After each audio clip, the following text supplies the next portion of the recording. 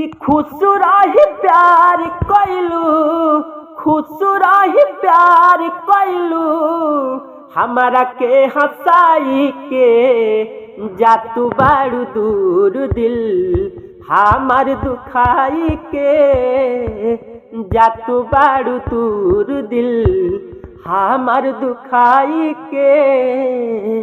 तो दोस्तों आज आप सबके लिए एक सैड सॉन्ग ले आए हैं जो कि बिल्कुल फुल एंट्री सॉन्ग है, बेवफाई सॉन्ग और काफी अच्छा सॉन्ग है, दर्द भरा सॉन्ग और पुराने ट्रैक पर है। ट्रैक का नाम है कि बाबूजी के कर जाया लव टब चुकाई के, जातनी कमाए दुख दूर होई माई के। और दोस्तों इसी टेप पर आप सबके लिए सैड सॉन्ग, बेवफाई सॉन्ग, दर्द भरा सॉन्ग निकले जो बिल्कुल फुल एंट्री सॉन्ग है, कोई भी सिंगर इसे गा सकते हैं। तो वीडियो को लास्ट जरूर देखना, वीडियो अच्छा लगे तो वीडियो को लाइक कीजिए और शेयर कीजिए। और किसी भाई को पर्सनली सॉन्ग चाहिए तो स्क्रीन पर नंबर है, नंबर पे कॉल करके पर्सनल सॉन्ग भी आप ले सकते हैं। चलिए अपना सॉन्ग स्टार्ट करते हैं। तो ये मुखड़ा जिसे गाएंगे उस तरह से आपको रिकॉर्डिंग करना है। फिलहाल चलिए इसका डमी सुनाते हैं।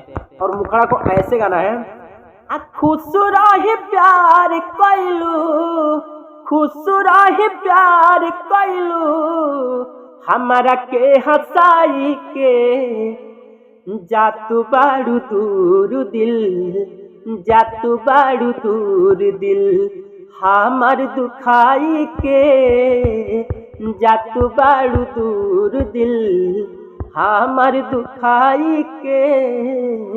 कि कोइलो तबाह हमारा, कि कोइलो तबाह हमारा जिंदगी में आई के, जातू बारू दूर दिल, हमार दुखाई के जातू बारू दूर दिल, हमार दुखाई के जातू बारू दूर दिल। दोस्तों ये था मुखड़ा, जिस तरह गा रहा हूँ उस तरह से आपको भी गाना है। मुखड़ा था अच्छा लगा तो लाइक कीजिए और शेयर कीजिएगा। चलिए फर्स्ट अंतरा का टॉम सुनाते हैं दोस्तों। फर्स्ट अंतरा और इसे काफी अच्छा से रिकॉर्डिंग करना है, जहाँ से 2 बार वहां से आपको 2 बार गाना है।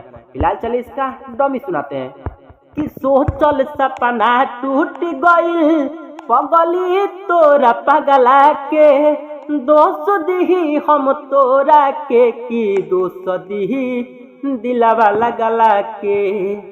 हाँ सोचल सपना टूट गई, पगली तोरा पागल के, दोस्त दी हम तोरा के, की दोस्त बदिलवा लगला के। पागल बनैलू रातू रातू भर जगाई के, जातू बारू दूर दिल, जातारू दूर दिल, हमार दुखाई के जातू बारू दूर दिल, हमार दुखाई के जातारू दूर दिलवा।